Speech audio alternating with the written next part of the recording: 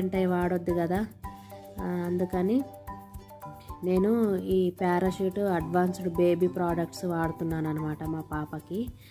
మీరు కూడా తప్పకుండా వాడండి. ఇది ఫోటో ఆల్బమ్ అనమాట. ఇది బేబీ టవల్. అది ఇంకా చూడండి ఏమేమి ఉన్నాయో చూపిస్తాను. Let's watch it. ఇది బేబీ ఫోడర్. నెక్స్ట్ వచ్చేసి బేబీ మసాజ్ ఆయిల్. నెక్స్ట్ వచ్చేసి బేబీ షాంపూ. నెక్స్ట్ వచ్చేసి బేబీ సోప్.